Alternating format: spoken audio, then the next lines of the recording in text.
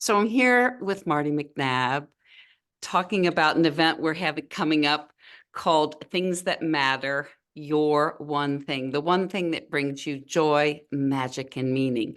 So that's a nice, simple thing to think about. But just in the midst of talking, she had me pull out this vase that my dear grandmother made in 1926. So if I had to pick my one thing that meant the most to me, that's what it would be, because not only did my grandmother just passionately love what she did, but she actually did not pursue an opportunity to go to New York and study under a great sculptor.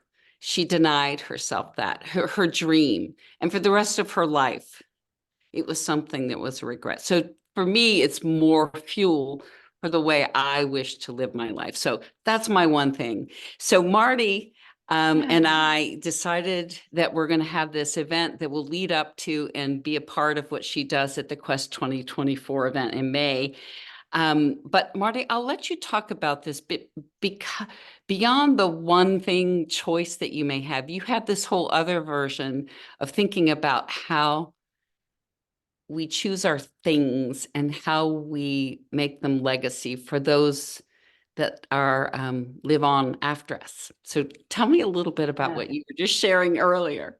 Yes, Diana. So we've all read the articles and we've all been informed by the minimalist movement and Marie Kondo and article upon article saying that, oh my God, my kids aren't going to want my stuff, right? So we're talking downsizing and moving and all of this kind of thing. And after death, of course, what are we going to do with all these things? And the common thread is that our kids aren't going to want our kids, our grandkids aren't going to want it.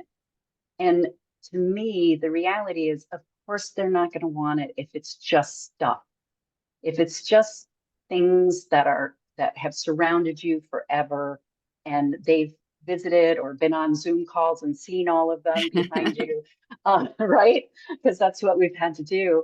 And we're grateful. I'm grateful for that. But the reality is that they're not going to want your stuff if it's just stuff. It's the thing that they want from you is the stories.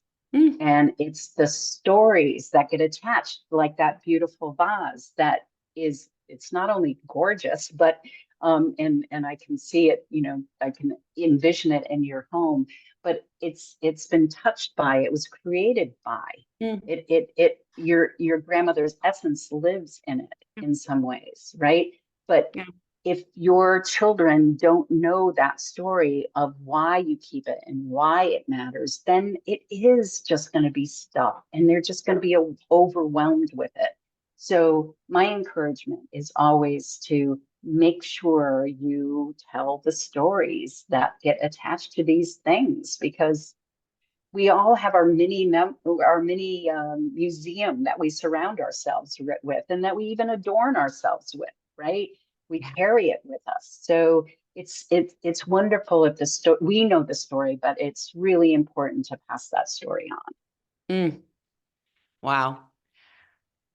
The emotion that I feel just telling you the story about my grandmother's vase is really indicative. And, I look around my home and I've got a lot of things, but I know there are a subset of things that truly matter to me. And so one of the exciting things about what you'll share in the May event in your workshop session is a more in-depth conversation. But what we've decided to do is on we decide April 10th, we're going to have a gathering and talk about this and encourage people to come to the Zoom with their one thing or one of their things.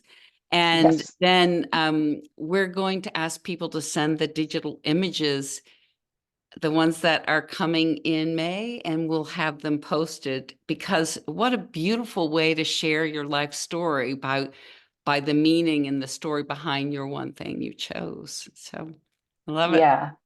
I love it. I've had the honor of hosting over 250 story sharing gatherings about the things that matter. And it is pretty impressive what you can learn about somebody that you even thought you knew pretty well through the choice of the thing that they Mm. chose to show. Well, the other exciting thing, this is a little preview.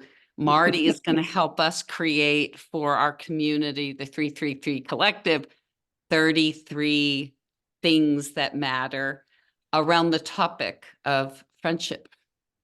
So that's going to be really cool.